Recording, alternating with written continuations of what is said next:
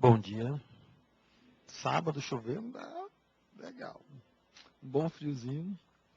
Olha, bom esse calor humano, né? Estarmos juntos. Eu acho interessante. Lógico, a construção, a edificação é que nos acolhe. Mas verdadeiramente o que nos acolhe é isso que está no coração de cada um de vocês. Isso é que acolhe um ao outro. Às vezes a gente olha e parece que quem nos acolhe é a oratória que está aqui em cima. Verdadeiramente o que nos acolhe é esse sentimento de irmandade, aonde a gente se sente, eu não estou só, outros estão comigo na mesma busca. É possível então alcançar.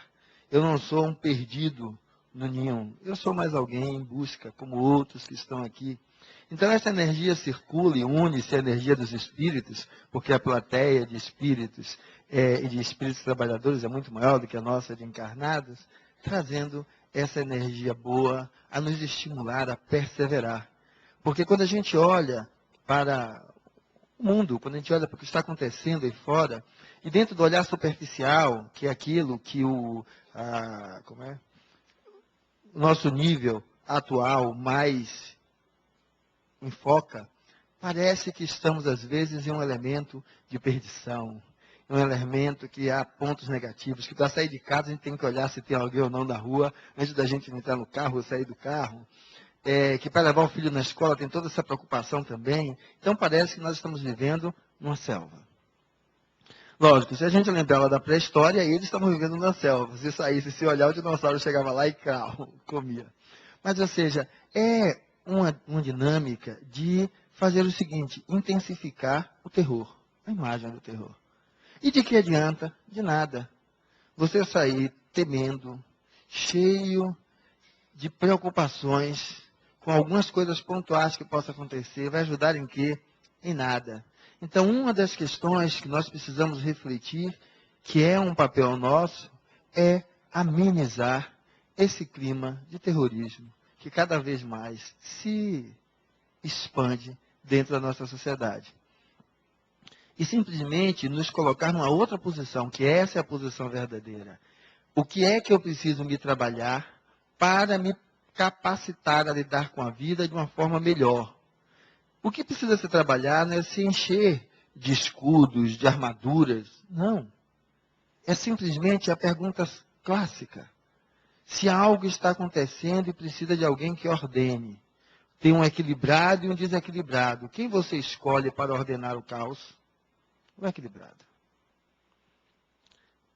Então, o que é que precisa você trabalhar em prol do seu equilíbrio?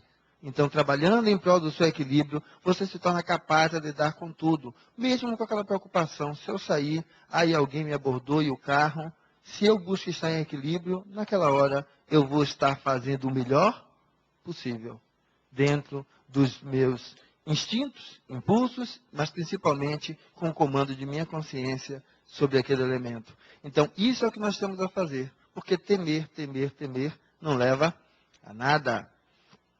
E aí, então, hoje o nosso tema, que vamos dar, como é que não veja a mão esquerda, o que dê a mão direita. Mas é uma coisa fantástica, como nós normalmente, quando fazemos algo, a gente quer que seja reconhecido. Olha, eu fiz, olha, eu dei. Ou então, diz assim, ó, alguém nos faz alguma coisa? Não, que Deus lhe perdoe. Eu estou bonzinho hoje. Então, sempre tem uma necessidade de reconhecimento. Mas, vamos lá. Essa história, então, de que não saiba uma o que vai ver a outra, ela resume-se a uma coisa básica. Mas eu queria trazer um pouquinho mais do sentimento que possa envolver isso. É que, se você faz alguma coisa para ser reconhecido pelas pessoas que estão no ambiente, você já ganhou a paga daquilo. Então, eu vim aqui, carreguei minha amiga Cecília, que estava aí meio grogue, levei lá para baixo, todo mundo me viu aqui carregando, aquele esforço enorme, pronto. Isso era minha paga, era estar bem na foto com vocês. A questão que ele nos traz é que é o seguinte, não adianta fazer isso. Quando a gente fala das leis de Deus, do velhinho que fica lá, do julgamento final, Esses aspectos todos metafóricos, que eu gosto das imagenzinhas também aí, o que é que eles nos dizem? Tem um momento que você vai se confrontar com a verdade. A verdade, que verdade? Aquele elemento em que verdadeiramente pulsam seus pensamentos e seus sentimentos. E isso é um mundo o quê? É um mundo que vai depender de como você está na foto para a plateia ou como você está na foto para você. Então ele vai resumir simplesmente isso. Faça o que você precisa fazer em prol do auxílio ao outro, entendendo que esse elemento, certo? É um elemento que faz o quê? Quando eu, estando num presídio, superlotado como os nossos presídios são, e eu já estou lá mais algum tempo, durmo em cima da cama, e tem uma figura que dorme embaixo do chão. E ela começa um quadro de pau como o nosso, certo? E aí o seguinte, eu digo, ó cabra, você vai passar essa semana dormindo ali em cima, que eu estou dando amoxicilina para ele. Melhorou, desce que o lugar é meu. Manda botar para descer na porrada, no tapa, certo? E aí agora o lugar é meu. Veja só, é um sentimento de caridade? É. Ele deu daquilo que era possível no sentido de auxiliar o outro. E foi feito aquilo que estava ali. Então, o que é que a gente precisa dentro disso? É de que no momento que ele fez aquilo, que ele vai lá e cede e coloca o outro, algo dentro dele está se revelando para ele mesmo. Então, é que quando você faz o movimento de auxílio ao outro, você busca perceber como está a sua consciência dentro disso. Porque se você está fazendo para ficar bem na foto com todo mundo, continue fazendo, que, por exemplo, tem muita gente precisando de ajuda. Não deixe de fazer, não. Mas comece a perceber que estar bem com o outro dista extremamente de estar bem consigo mesmo. E essa é que é a principal função, buscar estar bem consigo mesmo, para que a gente possa ir caminhando diferente. Mas essa imagem é tão linda, né, do nosso amigo de um coração incitando o amor. E aí vamos ver o que? O espírito. Porque assim, tem algo nessa casa, eu acho que eu vou usar a mesma coisa de sempre, que me deixa muito à vontade, eu gosto, é isso, de que estamos falando e nós buscarmos nos perceber como seres o quê? Imortais. Que diferença é essa, Fernando? É que se eu entendo que a minha vida é um contínuo, e isso, se eu interiorizo isso, a minha forma de olhar para um momento muda. É aquela mesma história. Vocês já viram qual é o momento mais belo de uma mulher? Quando casa. Se é gordinha, emagrece para entrar no vestido, certo? Seu cabelo fica sempre esbaraçado, ela vai e bota tudo arrumadinho. Então, o momento mais lindo, esteticamente, que ela se encaixa para fazer tudo aquilo ficar arrumadinho ali. Então, aquele ali é um momento significativo. E veja só, esse momento significa todo o resto da história? Para alguns não, como queria que ela ficasse do mesmo jeito, tão bonitinha, e aí depois tudo muda. E para o criatura também, que foi lá ainda magrinho, com a barriguinha de tanquinho, né? Depois ele começa com aquela barriguinha de cerveja e não fica mais nada como estava ali. Ou seja, é um momento. E a gente vai dizer, mas casamento é um momento, né? É só aquela cerimônia. Então é o seguinte, se a gente consegue entender a questão do espírito, vamos entender que isso aqui é um momento na vida do espírito. É uma caminhada, aonde ela vai ter suas fases. Mas é um momento. Então veja, se você olha para a sua vida atual com essa grandiosidade, a sua capacidade de superar o que quer que seja, se potencializa. Porque você se reveste daquilo que você verdadeiramente é. Perceber-se espírito imortal. Que independe de crença. Independe de crença. De ser católico, protestante, pelo menos vamos colocar as crenças judaico-cristãs, todas elas dizem que nós continuamos. E tudo isso para que a gente possa, então, se apoderar disso. Então, se apoderando disso, a gente cria a possibilidade de um olhar diferente, de um olhar modificado. E quando a gente fala em modificar isso, eu tinha colocado antes aquele coração lindo, e aí agora eu coloquei explicitamente, né? Te amo. E lógico, o que é que eu estou descrevendo? A vida, a gente não chega assim. A gente nasce esperando o quê? Os melhores pais do mundo. E vive reclamando dos pais que recebeu. A gente vive esperando o melhor companheiro do mundo. Reclama, às vezes, do companheiro que recebeu. A gente espera o melhor emprego do mundo e vive reclamando do emprego que recebeu. Nós esperamos os melhores amigos do mundo e vivemos reclamando dos amigos que nós recebemos. Parentes, como você não pode escolher, vai no balaio, mas entra na mesma história, na mesma conotação. Então, mas veja, como isso é pesado. Aturar a gente. É pesado. Tem gente que parece que está um fardo, que é uma pedreira nas costas. E você tem que suportar, você tem que aturar. Você tem que estar ali carregando aquele monturo nas costas. Então você vai olhar, aí você vai dizer, não, mas a gente tem que ser complacente. Aí você chega, está lá o povo que não quer nada fora do Brasil, não quer trabalhar, você oferece um emprego para ganhar salário mínimo, ele não quer. Você bota para trabalhar na sua casa como secretária, leva às vezes o arroz, o feijão, e você tem que aturar esse povo todo. Você pega o povo ali, também da pobreza, você vai dar lá seu dinheirinho para ajudar a melhorar a vida da criatura, certo?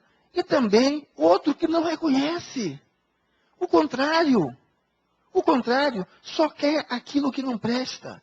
Depois de viver com tanta gente assim, às vezes você passa a encarnação inteira assim, o que é que às vezes dá vontade literalmente de dizer? Isso que eu vou descrever aqui agora. Não te amo mais. Essa cambada de gente, esse peso, esse monturo, esse povo que só sabe me trazer problemas. Eles são o problema propriamente dito. Não te amo mais. Estarei mentindo, dizendo que ainda te quero como sempre quis. Só porque eu entrei aqui no centro, vou dizer que eu amo todo mundo, que eu quero todo mundo, quero zorra nenhuma, quero nada disso. Tenho certeza que nada foi em vão. Aprendi, não vou dar mais de novo. Para quê? Para apanhar e levar na cara? Não adianta, não vou não. Sinto dentro de mim que você não significa nada. É um zero à esquerda, aliás não é nem um zero à esquerda porque nem é um peso. Mas é melhor ele deixar de lado do que ele ter que estar punhando e tendo que viver com você. Não poderia dizer jamais que alimenta um grande amor. Como é que eu vou amar um troço desse? Só me dá dor de cabeça, só me dá trabalho. Dentro de casa, com quem eu convivo na rua, isso é um peso. Sinto que cada vez mais que já te esqueci. Já te esqueci. A melhor forma de esquecer é fazer de conta que nada disso existe. Entro no meu carro, todo fechadinho, volto para casa, entro no condomínio, nem dou bom dia a ninguém. Se possível, vou para casa e fico assistindo minha televisão. E jamais usarei a frase, eu te amo. Para quê? Para ser hipócrita? Sinto, mas tenho que dizer a verdade. Essa é a minha verdade. E é tarde demais. Não adianta vir dizer nada. Já é tarde. Quando eu queria que tudo isso acontecesse, nada aconteceu. Agora dane-se. Dane-se tudo isso. Quando a gente começa a olhar assim, porque esse povo não presta mesmo. Não presta, cheio de defeito, ignorante, arrogante, quer tomar o que é dos outros, quer que tudo seja dele. Dele uma ova, tem que ser meu. Mas Deus, me perdoa, pois eu sei que eu tenho também os meus defeitos. Então me perdoe pelas falhas que eu tive. Quantas vezes eu queria estar com meus filhos e eu não pude. De fato, priorizei outras coisas, mas na hora passou. Perdoa-me. Eu sei que aquele amigo morreu e eu indiretamente participei daquilo porque eu não socorri na hora que podia. Perdoa-me. Perdoa-me, porque eu sei que aquele que eu elegi está fazendo misérias. E aquilo teve como participação o meu voto. Mas eu também não sabia. Perdoa-me pelas minhas fraquezas. Deus, entenda. Eu sou um ser frágil. Eu fui criado simples e ignorante, então eu preciso aprender. Você tem que ter paciência comigo. Quem é elevado tem essa paciência. Não pode ficar me cobrando. Eu tenho que ter tempo para caminhar. Me ajuda, porque às vezes a vida me sufoca. Às vezes eu tive vontade de tirar a própria vida, a minha vida. Mas me ajuda. Nós precisamos, verdadeiramente, tirar a venda dos olhos. Para entender, ao falar, de dar a mão direita com a mão esquerda, sem que a mão direita saiba, falando que isso é o sentido da gente trazer valores que são aquinhoados para a alma, em tirar as vendas dos nossos olhos. Porque nós fazemos a oração num sentido e temos uma atitude de vida no outro sentido. Nós achamos que Deus é o quê? É algo que vai surgir e estalar os dedos?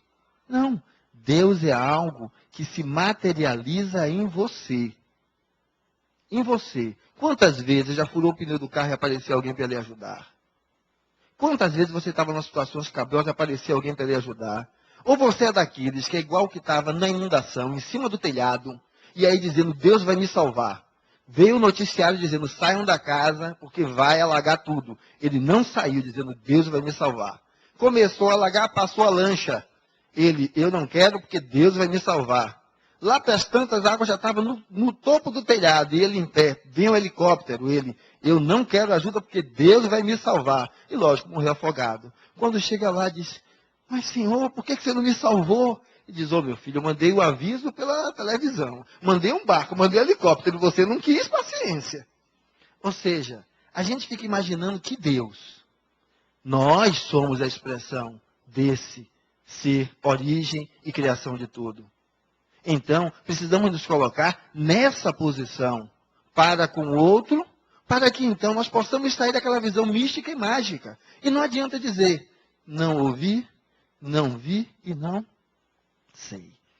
Não tenho como falar, não tenho como dizer. Viva, saia disso. Não faça igual aos nossos políticos que viajam e dizem que não sabiam. E vira isso desculpa para tudo. Que a gente aponta para eles, sem esquecer que quando a gente aponta para ele, os outros dedinhos apontam para a gente. Quantas vezes você está fazendo a mesma coisa? Isso não ameniza o que eles fazem, mas nos traz a consciência da necessidade de perceber o que a gente está dizendo. Porque esse mundo que a gente vive, ele é o quê? Ele é a expressão de quem nós somos. O mundo que você vive é um reflexo daquilo que existe aí dentro. E nós nos agrupamos por afinidade, construímos aquilo que nós vivemos. Então, nós podemos mudar. Verdadeiramente podemos mudar, não para satisfazer a ninguém, mas para mudar e satisfazer a nós mesmos. Num sentido de nós mesmos, como Cristo dizia, todos nós como irmãos. É uma visão de nós mesmos, onde ela é abrangente, onde ela entende que enquanto o outro está na miséria, sem oportunidade de emprego, eu estou abrindo as portas para que ele seja o meu agressor. E esse é o chamado. O chamado não é para botar os joelhos no chão e ficar fazendo 1000 orações, certo? Como se orar, falar, resolvesse. Isso lhe ajuda no contato com o sagrado, mas para que você se levante e faça a sua caminhada. A caminhada de ninguém é fácil. Todas elas têm obstáculos. Agora, depender como você enxerga esses obstáculos, eles podem ser um fardo pesado e sob um olhar de julgo severo.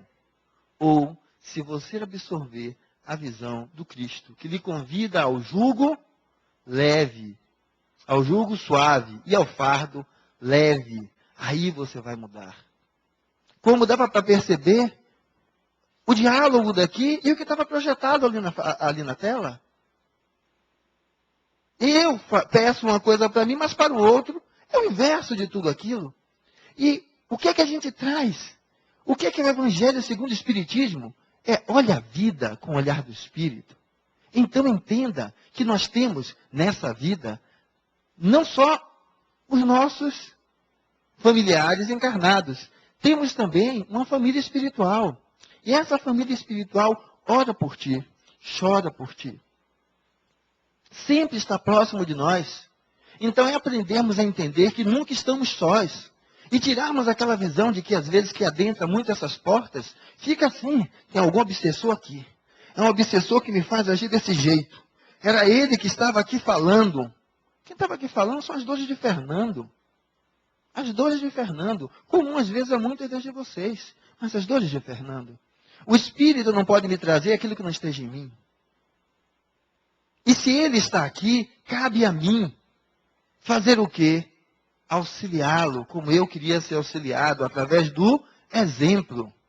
Sem precisar fazer nenhum festival para que todo mundo veja que eu estou fazendo aquilo com ele. É quando eu faço comigo que ele aprende conjuntamente. E ele, desencarnado, aprende como os encarnados aprendem também. Eu estava lendo um texto sobre uma ideia de liderança servil. Porque nós agimos assim, mais ou menos, como se tivesse alguém no topo que tivesse que ser servido. E cada um dos inferiores trabalham para quem está lá em cima. E ele traz a ideia inversa. Quem está lá em cima é que trabalha para quem está cá embaixo. Se nós colocarmos lá em cima, vamos colocar o Cristo. Ele começa a trabalhar imantando os outros espíritos no sentido de cá embaixo nós sermos o quê? Ajudados. Cada vez que nós conseguimos replicar aquilo que ele fez, quem verdadeiramente está se sentindo satisfeito e feliz? Ele. Ele. Então, aquele que está acima, cabe a compreensão do que está abaixo. E quando não compreende, é o símbolo de que o que acha que está acima não está. E por isso acha que regride. Nós não regredimos. Agora, nós despertamos para o lugar onde nós estávamos. E às vezes a gente se acha num patamar muito além do que verdadeiramente nós estamos. E esse olhar de auxílio é porque os espíritos nos auxiliam. Eles buscam e querem estar junto de nós. Mas como nós saímos dessa ideia de querer fazer tudo para que os outros enxerguem? Ou seja, se eu tenho um relacionamento ruim lá com a minha sogra, para ganhar as benécias com minha esposa, eu dou lá um presente para ela que ela saiba que está legal. Naquele dia eu vou e dou uma de benevolente só para ganhar o que está do outro lado. Ou como a gente faz com Deus. Ou seja, eu entro na religião para quê? Para conseguir dobrar Deus para fazer o que eu quero. Mas, Senhor, eu estou aqui no centro espírita de segunda a sexta, sábado, domingo, feriado também. Certo? De vez em quando eu apunhando alguns amigos que passam. Então, eu mereço ser ajudado. Veja só, eu faço algo que agora dizia que eu mereço, que eu tenho que ser ajudado. Dobrar a Deus conforme o meu desejo. Agora, por que é que isso é tão difícil? Porque nós temos o hábito de olhar a vida só de maneira dicotômica. Só existem duas possibilidades. E lógico, a vida está aí para mostrar para a gente que, lógico, que existe mais de uma possibilidade de nós enxergarmos a realidade com que nós estamos lidando. O que é sair da dor? O nosso amigo Chico tinha algo fantástico que ele trazia. Ele fazia o seguinte, as pessoas chegavam lá chorando com aquela dor, com aquela história da perda dos filhos, do que houve de acontecimento trágico. Ele dizia, trabalhe. Monte um trabalho para auxiliar o outro. E veja como isso muda. Quando você deixa de estar com sua cabeça vazia. Você coloca agora, frente a você, esse elemento do trabalho. O trabalho faz com que você saia da dor. E saindo da dor, faz com que você consiga olhar aquilo além da única ótica que você conseguia ver. Porque a ótica da dor, ela é extremamente limitada. Porque ela faz com que você só olhe o seu próprio umbigo. E seu umbigo, como está vivendo naquela hora a dor, só vê aquilo. Aí faz com que a gente faça isso. Consiga ver muito mais a sombra do que aquilo que é o real. O real é a experiência humana. Por maior que seja a sua dor, alguém já passou por algo similar. E superou. O Cristo nos veio dizendo que a gente supera tudo, inclusive a morte. Ele vem pós-morte e conversa com todos nós. Então, é possível superar. Agora, é preciso que você saia dessa visão de só ver uma coisa. É preciso que você abra a possibilidade de outros aspectos de percepção.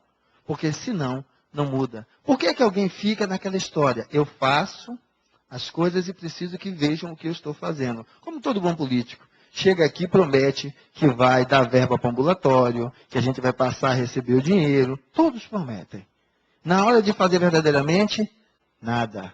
Ah, mas tem vários entraves. Se tem entraves, não prometa. Faça. Porque depois se esconde por trás dos entraves. A gente faz a mesma coisa. Promete e se esconde por trás dos entraves. Agora, pousa aqui, eu e a minha digníssima, como casal perfeito, temos os nossos problemas. Então, até pousar como casal perfeito, a vida social nos leva a determinados condicionamentos. Mas com ela adianta pousar? Não. Eu tenho que discutir com ela os entraves que faz com que nós não sejamos o casal perfectível que nós somos. Essa é a caridade que eu faço com a mão sem a outra perceber.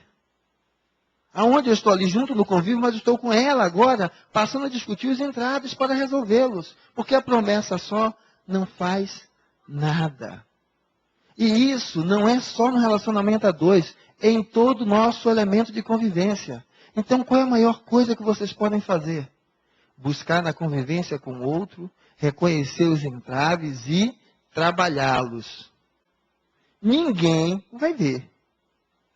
Ninguém vai ver, porque é diferente de você dar um presente, de você pegar ele e levar para uma viagem, de você carregar a minha amiga Cecília, porque caiu aqui, para todo mundo ver que você é caridoso. É o contrário.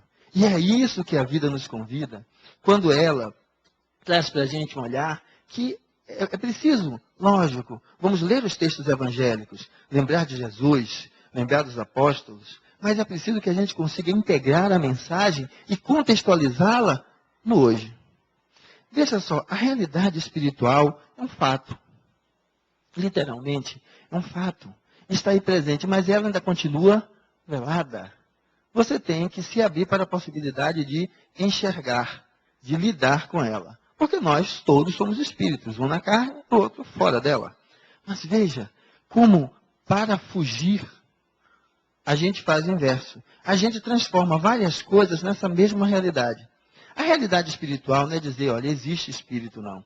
Porque isso é de praxe, tem. A realidade é o que eu agora consigo fazer da minha vida partindo desse princípio. O que é que muda para mim? Porque se não muda nada, tanto faz você achar que sim, como achar que não. É um fato, não vai mudar nada. Agora, o que você consegue fazer a partir disso, aí vai mudar. Quando você olha para seus filhos e vê que ali estão espíritos.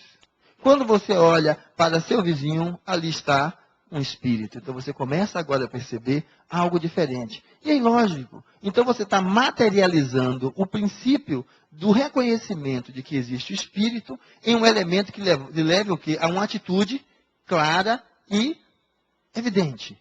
Não buscando ser reconhecido, mas buscando reconhecer a si mesmo. Porque o que a gente tem feito é mais ou menos o inverso disso. Como existem espíritos, encarnados ou desencarnados, a gente transforma alguns encarnados em desencarnados. A gente não vê. A gente faz de conta que não existe. Literalmente, não faz parte da minha realidade. O que é que eu tenho a ver com isso? Então, transformamos um elemento no outro. E esse elemento de você conseguir fazer com que você não se conduza assim, é algo que quem vai ser visível para você. Quando você faz isso, você vai mudar a sua forma de interagir, você vai pegar aquela parte do evangelho, da beneficência, o valor de fazer o bem ao outro. Agora, como é que você faz o bem ao outro se você não o reconhece? Se ele para você é algo inexistente, algo assim, certo? Aquilo não tem a ver com a minha vida, não tem a ver com o que eu quero de caminhada, com o que eu quero e tem a ver. Se assim você continua, você está negando isso. Qual é a finalidade de estar em uma casa religiosa?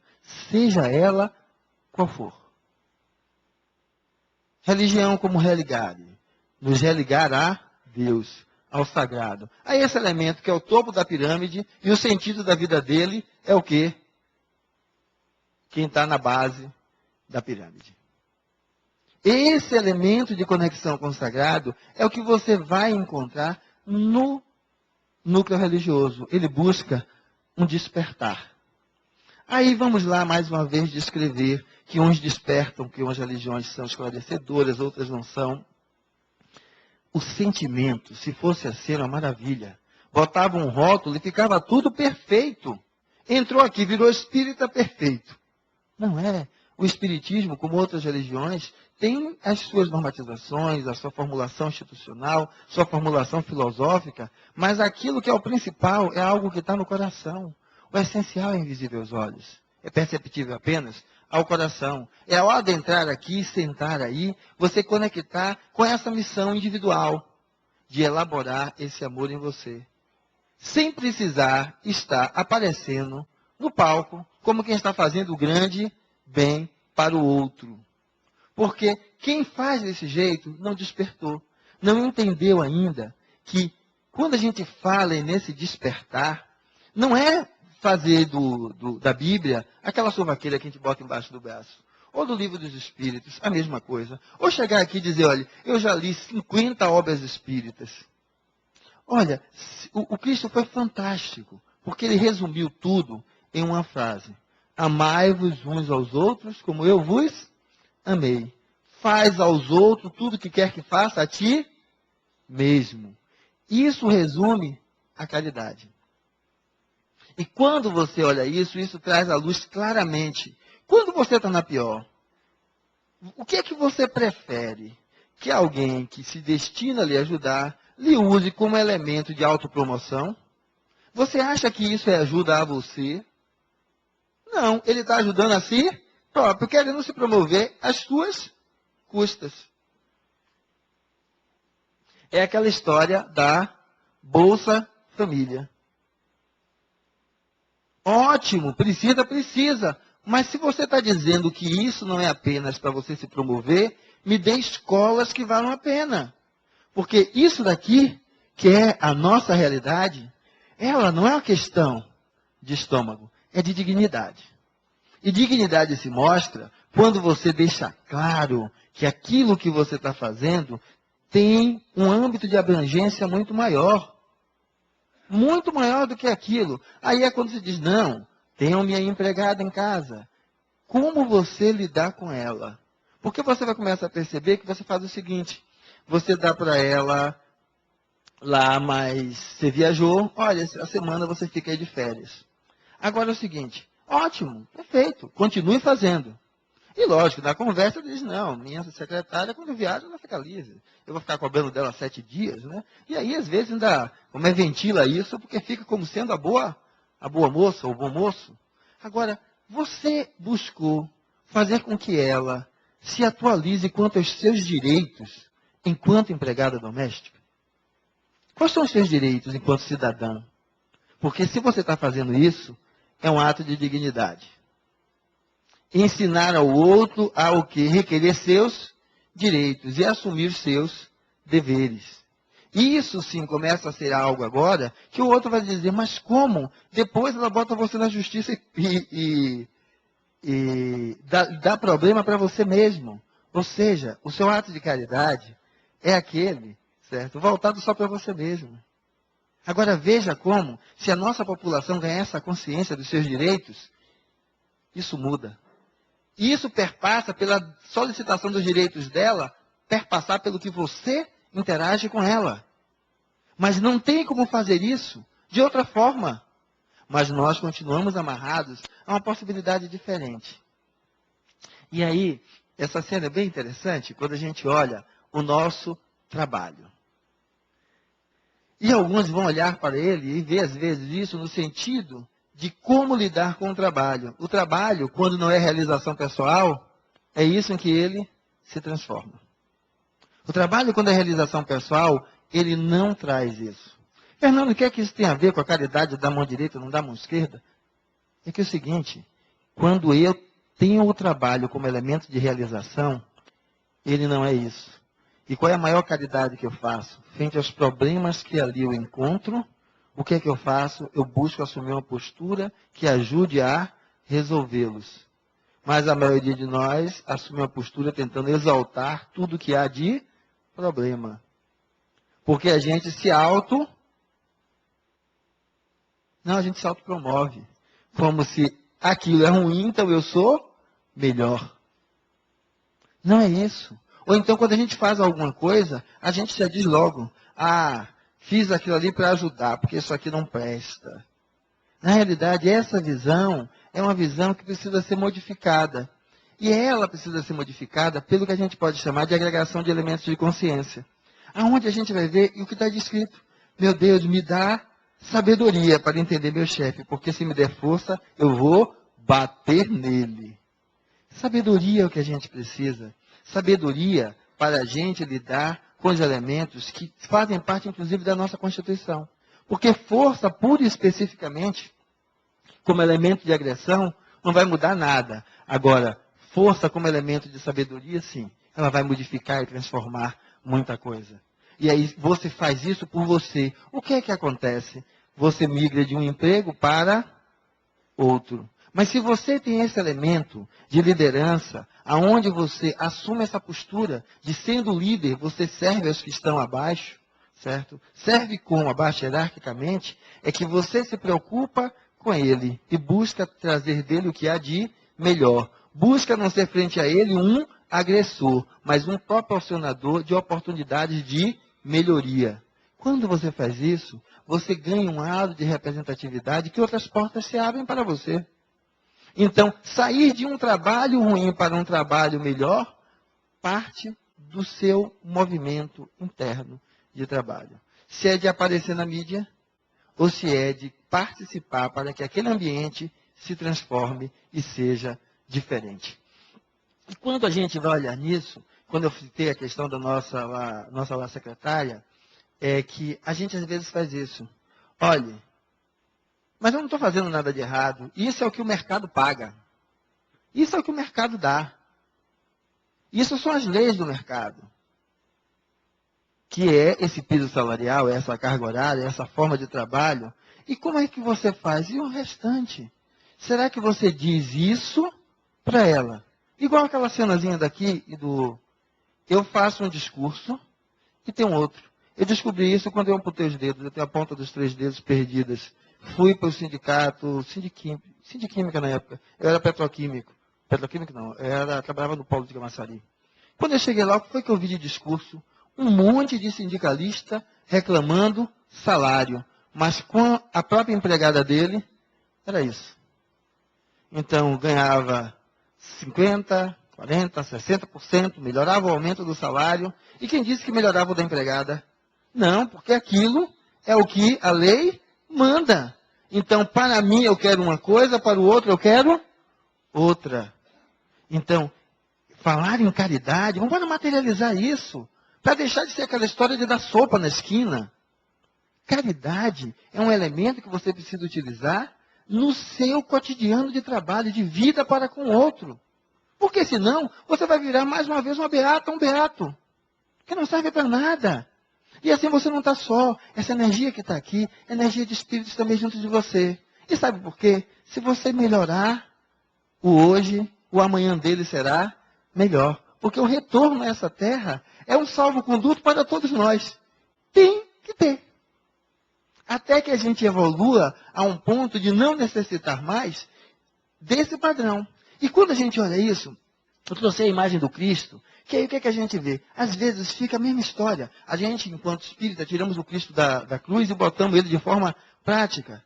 Eu queria que a gente pudesse fazer uma outra coisa. Tirar o Cristo dentro de uma imagem idealizada e começarmos a ver o Cristo dentro de uma conduta, dentro de um perfil em que não um homem de 2000 anos atrás, mas homens que conviveram conosco há pouco tempo e que fizeram da sua jornada um exemplo, em parte daquilo que o Cristo mostrou.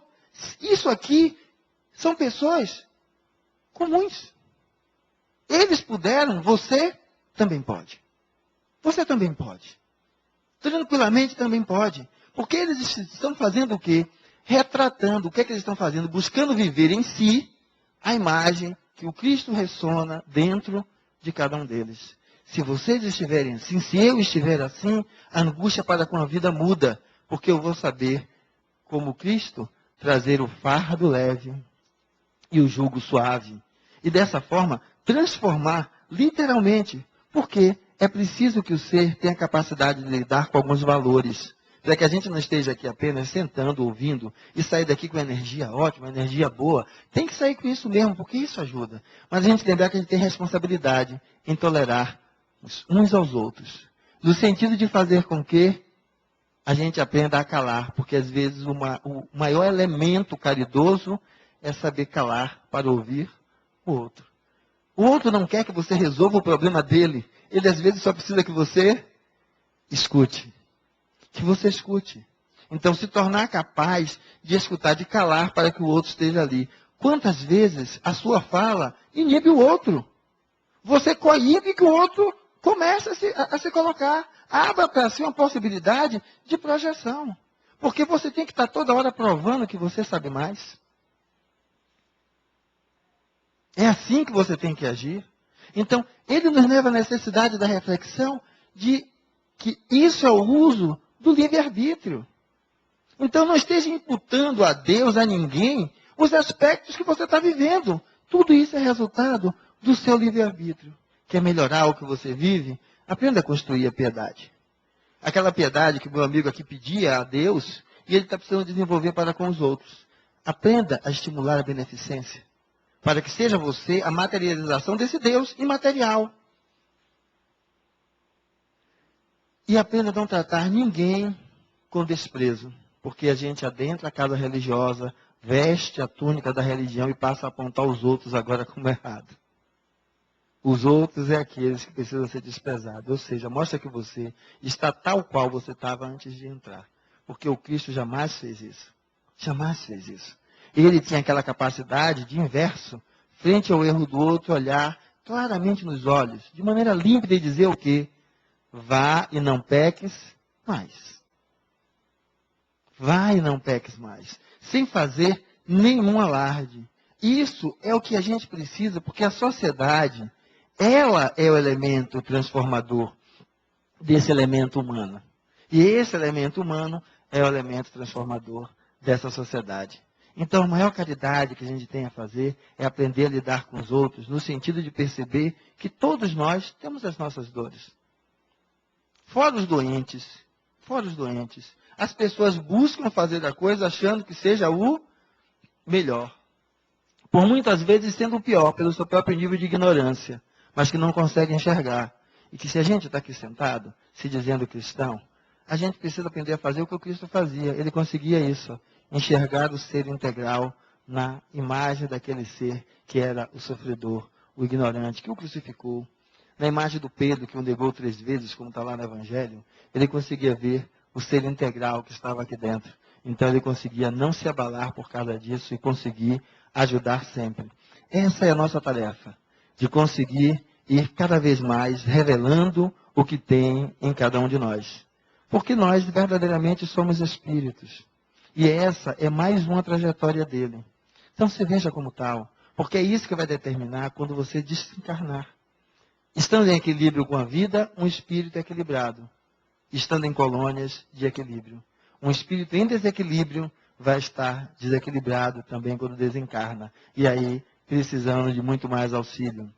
E o que a vida nos chama é que essa junção é que pode transformar o mundo.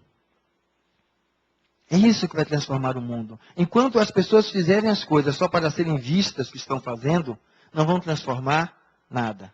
Agora, quando elas começam a fazer as coisas no sentido de entender que isso as transforma interiormente, isso muda. Que faz com que ela seja capaz de ver que ela que chorava pela perda daquele que foi, pela perda daquilo que ela tinha, pelo aquilo que ela estava vivendo, e ela começa a trabalhar em prol do outro, aquele ser integral aparece. Que era como um paciente tetraplégico no Santa Isabel, quando eu era ainda estudante, e ele só movia um pouquinho as mãos. E quem olhava, que dizia, melhor morrer. Quem disse? Ele ficava ali ouvindo o sonzinho dele e atuava claramente. Quando alguém no quarto passava mal, que não conseguia chamar, ele gritava e berrava pela enfermeira. E alguém ia lá ajudar. Ou seja, veja o que é possível fazer aonde você está. Você fica só imaginando a caridade que pode fazer, ganhar na Mega Sena e transformar todo o centro harmonia. Não, faça a caridade menor, que já está às suas mãos. Aprenda a lidar com a diferença do outro. E que outro, aquele que ou está aconchegadinho junto com você, porque é marido e mulher que estão aqui, ou que está em casa também. Porque é essas diferenças. Quando a gente começa a querer transformar o outro na nossa imagem, o que é que a gente está fazendo? Isso é que eu desprezo. Você está desprezando o que o outro é. Porque você só consegue reconhecer como bom o que você é. E isso não leva à integração nunca. Então não adianta o discurso de estar vindo ao centro espírita ou à casa religiosa como possibilidade de transformação, se é assim que você continua mantendo a sua conduta, mantendo o seu padrão. E aí, lógico, o que é que a gente espera? Que estar aqui, buscando, elando o amor do Cristo, lhe fortaleça. Lhe traga forças para lidar com as fantasias equivocadas daqueles que convivem contigo. Lidar simplesmente com um olhar de dor e tristeza daqueles que vivem contigo. Que você, às vezes, como um amigo aqui reclamava no início, de aprender a estender a mão para aqueles que estão precisando. Em vez de ser o cobrador, ser aquele que auxilia. Buscar entender que todos nós passamos por tentações. Quem convive contigo, seus filhos, sua mulher, sua família, seus amigos, perceber que você precisa lidar com as paixões, porque são partes do humano. Então entender isso no outro, como também em você, você lidar com a percepção de como é difícil lidar com as duas imagens de amor e ódio. Duas faces da mesma moeda. Que é difícil para você, é difícil para o outro também. Que você aprenda a lidar com as perdas.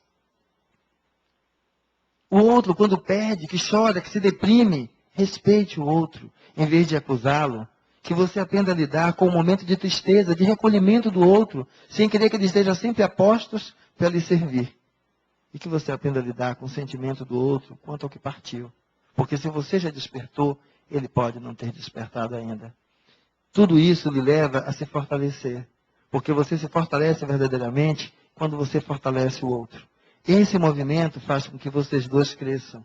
E fazer com que essa força cresça conjuntamente, ela só é possível quando você se responde isso. Literalmente. Decida o que você quer fazer dessa viagem. Apenas um passeio ou colocar-se pronta para ajudar a quem precise. A viagem é aquela onde essa passagem só está aqui para favorecer a você. Então, decida, porque o maior auxiliado é você mesmo. E é necessário que, se a gente quer fazer isso, aprender a fazer uma coisa básica. Não adianta estar aqui sentado, ler, ouvir a mim ou a qualquer um, certo? Porque já ouvimos Jesus e mesmo assim ainda estamos aqui caminhando. Mas que a gente aprenda a saber que a gente tem que aprender a cultivar no dia algum momento que nos traga paz e harmonia. Porque conseguir semear paz, caridade, amor dentro de si mesmo, não acontece do nada. É preciso que haja um movimento. E o movimento interno é você ser capaz de dedicar a parte do seu dia a construir esse elemento de paz dentro de você mesmo. Cada um no tempo que possa ter, mas que seu dia sempre seja premiável com esse movimento. É um movimento que só você saberá, ninguém aqui lhe verá, porque não lhe verá saindo para o centro nem para qualquer outra escola religiosa. Mas o seu coração irá verdadeiramente se encontrar com isso. Porque nesse momento que você olha que você está com o Pai, você reconstitui a sua unidade enquanto espírito e busca reconstituir a sua obrigação enquanto pessoa, enquanto ser, sendo capaz de acolher a si mesmo. E aí, lembrando do poema que eu comecei, se nós conseguirmos absorver parte do que aqui foi descrito, nós poderemos agora, para as mesmas pessoas, dizer o seguinte: é tarde demais. Sinto, mas tenho que dizer a verdade. Eu te amo. E jamais usarei a frase, já te esqueci. Sinto cada vez mais que alimento um grande amor. Não poderia dizer jamais que você não significa nada. Sinto dentro de mim que nada foi em vão. Tenho certeza que ainda te quero como sempre quis. Estarei mentindo, dizendo que não te amo mais. Quem nos trouxe essa pérola foi, voltando aqui, Cecília Meirelles. A forma como nós olhamos a vida muda o sentido que a vida nos dá. Então, essa mudança de olhar é interior, porque quando ela é para fora, ela não consegue alcançar essa profundidade. E era isso que eu queria poder descrever para vocês.